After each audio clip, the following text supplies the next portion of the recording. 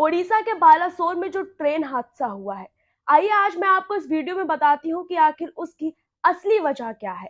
क्या सच में तीनों ट्रेनें आपस में भिड़ी थी या इसके पीछे की कोई और वजह है? आज मैं इस वीडियो में आपको सब कुछ सही-सही बताऊंगी। नमस्कार, मैं हूँ समीक्षा दीक्षित और आपका स्वागत है सत्योदय मीडिया में। ओडिशा में इस दशक का सबसे बड़ा ट्रेन हादसा कहा जाएगा। बालासोर में जो ट्रेन हादसा हुआ है, वो अब तक के बड़े ट्रेन हादसों में से एक है।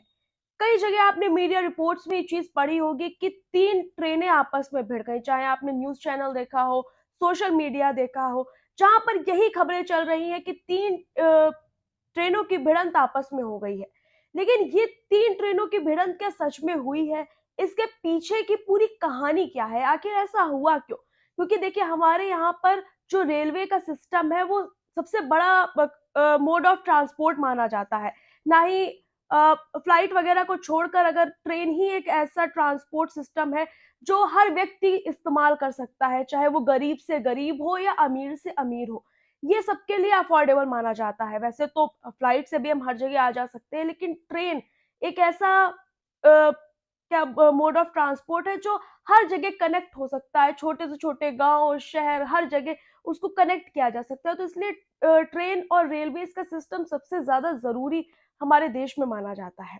जब ऐसे में जब 3 ट्रेनें आपस में भिड़ जाती हैं और इस हादसे की खबर आती है तो पूरा देश झकझोर जाता है, क्योंकि लाखों यात्री डेली ट्रैवल करते हैं, डेली बेसिस पे लाखों यात्री ट्रैवल करते हैं। और ऐसे में ये खबर आना वाकई में सदमे से कम नहीं है किसी भी देशवासी के लिए। और अगर मैं आपको बताऊं कि सबसे पहले तो ये बता देती हूँ कि इस वक्त कितने लोगों की मौत हुई है, कितने यात्रियों की मौत हुई है और कितने यात्री घायल हैं।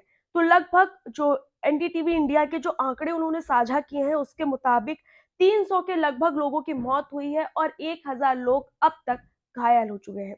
यह हादसा अभी बीते शनिवार को हुआ था और जैसे ही इस हादसे की खबर आई तो सबसे पहले तो 30 लोगों की मौत बताई जा रही थी, लेकिन जैसे-जैसे जांच आगे बढ़ी तो कब मौत का आंकड़ा 30 से 300 पहुंच गया, पता ही ना चला।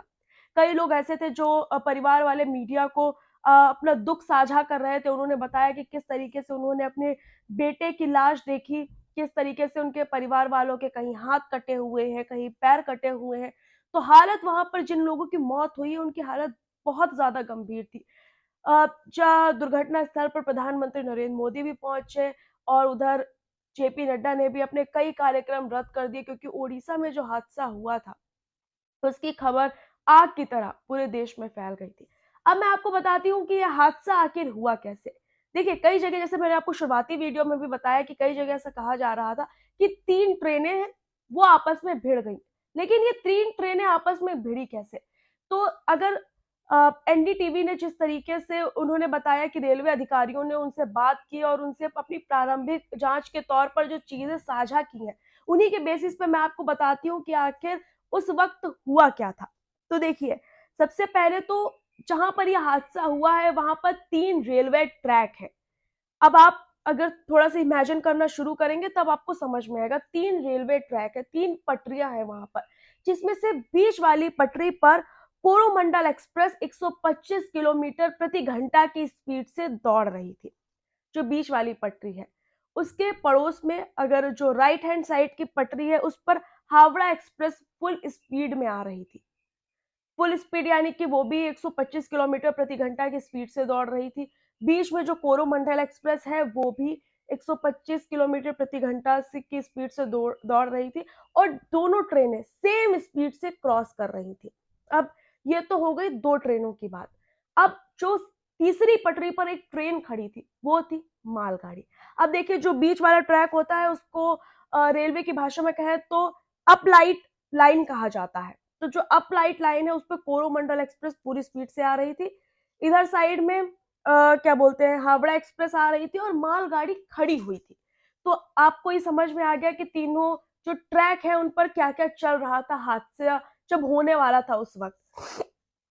तो कोरोमंडल जा रही थी और वो कहते हैं कि कुछ उसमें हल्का सा सेंसेशन हुआ या क्या चीज हुई, ये चीज अभी प्रारंभिक जांच में फिलहाल अभी साफ नहीं हो पाई है कि आखिर हुआ क्या।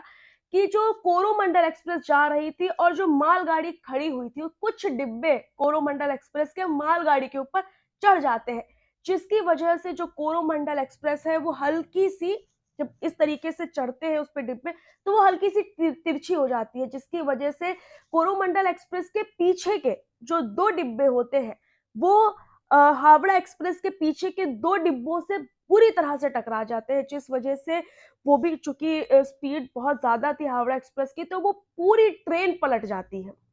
जब दोनों में भिड़ंत होती है, तो इस तरीके से ये हादसा होता है। तीनों ट्रेनें बताया जा रहा है कि इस तरीके से आपस में टकराती हैं। सबसे पहले तो जैसे कोरोमंडल एक्सप्रेस टकराती है मालगाड़ी से, उसके बाद कोरोमंडल के 2 डिब्बे टकरा जाते हैं हावड़ा एक्सप्रेस से, और इस तरीके से दोनों ट्रेनों में बड़ा हादसा होता है और इस हादसे में 300 लोग अपनी जान गँवा देते हैं। रेलवे का ये इस दशक का सबसे बड़ा हादसा बताया जा रहा है। अभी तो ख़ैर ये रेलवे की प्रारंभिक जाँच है, आगे-आगे पता चलेगा कि इस हादसे में क्या हुआ। जैसे ही इस हादसे को लेकर कोई बड़ी खबर सामने आती है, हम आपको ज़रूर उसकी जानकारी देंगे। हमारे साथ आप बने रहिए, तब तक के लिए नमस्कार।